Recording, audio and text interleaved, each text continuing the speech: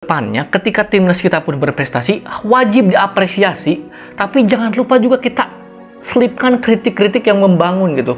Jangan hanya memuji, tapi bolehlah kita, oh permainan timnas itu sudah bagus, mudah-mudahan bisa ditingkatkan lagi lebih bagus. Jadi jangan terlalu berlebihan, jangan terlalu diglorifikasi. Sementara ketika mereka kalah, dihujat, ini kan anti klimaks. Ketika menang disanjung-sanjung, diglorifikasi, tapi ketika kalah dihujat-hujat, ini kan tidak baik untuk mental mereka. Mereka ini kan U17 ini under 17, umur 14, 15, 16. Kalau dari umur segitu aja udah dihujat, kan gimana mental pemain ini gitu kan.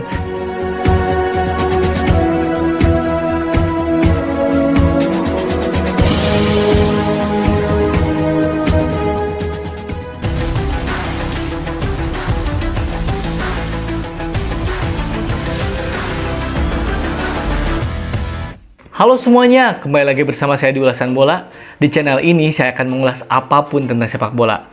Kali ini saya akan mengulas tentang timnas U17 yang akhirnya gagal lolos ke Piala Asia U17 tahun depan. Tapi sebelum teman-teman menyaksikan video ini, alangkah baiknya untuk like, comment, and subscribe dulu channel ini ya, agar teman-teman tidak ketinggalan setiap video terbaru dari channel ini.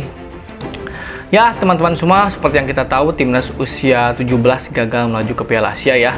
Di tengah keharu biruan suasana sepak bola nasional, di tengah investigasi yang sedang dilakukan oleh tim pencari fakta independen terkait tragedi Kanjuruhan, ada event kualifikasi Piala Asia U17 tahun depan ya teman-teman, yang diadakan di Indonesia.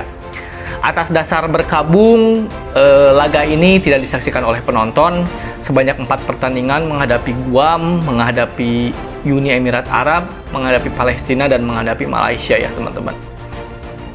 Tentu saja ekspektasi pendukung atau netizen ini tinggi ya terhadap timnas ini, karena timnas ini juga berhasil menjadi Piala AFF kemarin ya di ajang Asia antar negara Asia Tenggara. Tentu saja ingin lebih berprestasi lagi di ajang Asia ya teman-teman. Nah, di pertandingan awal timnas kita sangat mengejutkan dan membuat publik heboh dengan mengalahkan Guam 14-0, kemudian mengalahkan tim kuat Timur Tengah 3-2 melawan Uni Emirat Arab, dan kemudian juga menang 2-0 melawan Palestina. Nah, ini laga terakhir melawan Malaysia adalah laga yang paling ditunggu-tunggu, paling menyita perhatian netizen, paling menguras emosi pendukung timnas Indonesia dan Malaysia, dan ini laga syarat gengsi. Bahkan ada istilah bahwa boleh kalah sama negara lain asal jangan kalah sama Malaysia. Itu berlaku di semua umur, di semua level umur, di semua jenjang, dan bahkan berlaku pada aspek-aspek lain non sepak bola. Tapi ketika kita berbicara sepak bola, tentu saja rivalitas ini sudah berlangsung puluhan tahun. Nah, yang menjadi masalah adalah anti klimaks permainan timnas U17 ketika menghadapi timnas Malaysia. Penyebabnya sih ada yang bilang bahwa timnas kehilangan Bal sang kapten, kemudian juga permainan timnas Malaysia juga ternyata sangat bagus. Katanya juga ketika timnas Malaysia ditahan imbang oleh Guam, mereka mengira bahwa kekuatan Malaysia biasa-biasa saja, tapi ternyata ketika menghadapi timnas Indonesia, Malaysia ini sangat-sangat solid, tangguh, dan sangat tajam dalam mencetak gol. Tapi saya tidak akan terlalu membahas banyak tentang teknis karena sudah banyak yang membahas. Sudah ada orang-orang yang lebih ahli dalam membahas tentang taktikal ya teman-teman. Saya ingin membahas aspek lain. Begini teman-teman. Pertama-tama saya ingin menyoroti soal netizen dan media ya teman-teman. Saya masih ingat betul ketika timnas U17 timnas ini juara Piala AFF, begitu euforianya, begitu mengglorifikasinya media-media baik online ataupun cetak, bahkan netizen ketika mereka juara, mereka diundang bintang tamu, mereka disanjung-sanjung. Intinya sih mengglorifikasi ya teman-teman. Dan menurut saya tentu saja itu baik karena itu mengapresiasi bagaimana perjuangan para pemain di lapangan. Tapi menurut saya, jika kadarnya sudah berlebihan, apalagi sudah di luar konteks sepak bola, itu akan membuat para pemain kita berpuas diri. Begini teman-teman, ya kita tahulah teman-teman, walau bagaimanapun sepak bola Indonesia mau di jenjang umur apapun, kita ini haus akan dahaga gelar ya, dahaga akan gelar.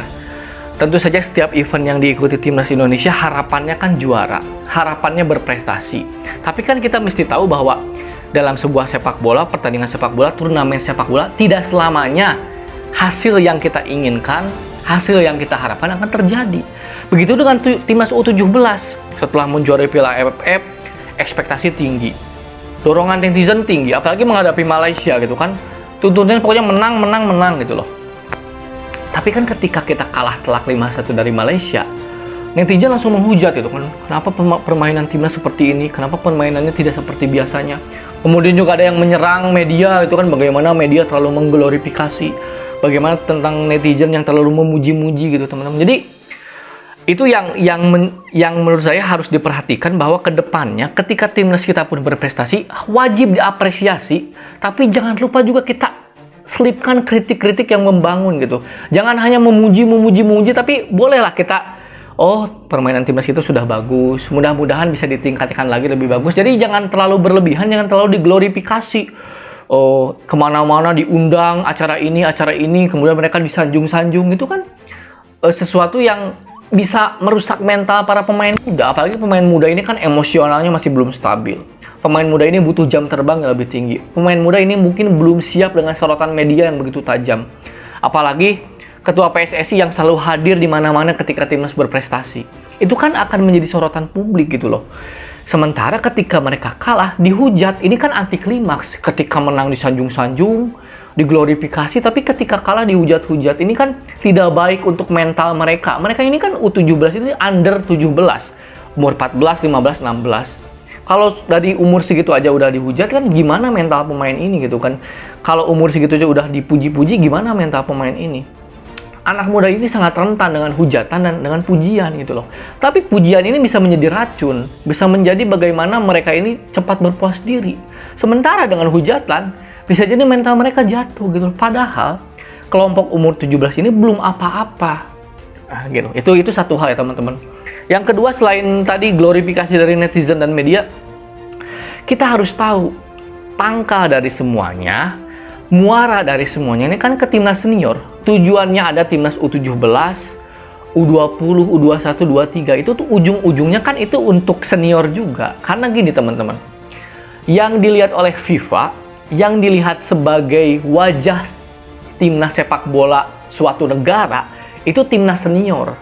Yang berpengaruh kepada ranking FIFA, berpengaruh pada poin FIFA, yang berpengaruh pada penilaian FIFA terhadap suatu negara, itu ya timnas senior gitu loh teman-teman. Nah, timnas U17, timnas usia muda ini adalah sebuah sebuah regenerasi gitu loh, agar ketika timnas senior para pemainnya mungkin sudah tua atau sudah menurun, ada regenerasinya gitu loh. Jadi ini semacam kaderisasi loh, dari 17, 20, 23 senior. Nah, itu tujuan dari tim nasional usia muda. Jadi sebetulnya tidak perlu dipersoalkan ketika tim nasional muda berhasil ataupun gagal, itu tidak menjamin karir kedepannya gitu loh. Jadi ini yang harus dikawal adalah bagaimana proses pertumbuhan mereka, bagaimana proses tumbuh kembang mereka, bagaimana proses kedewasaan mereka. Dari segi mental, dari segi taktikal, itu yang harus kita kawal.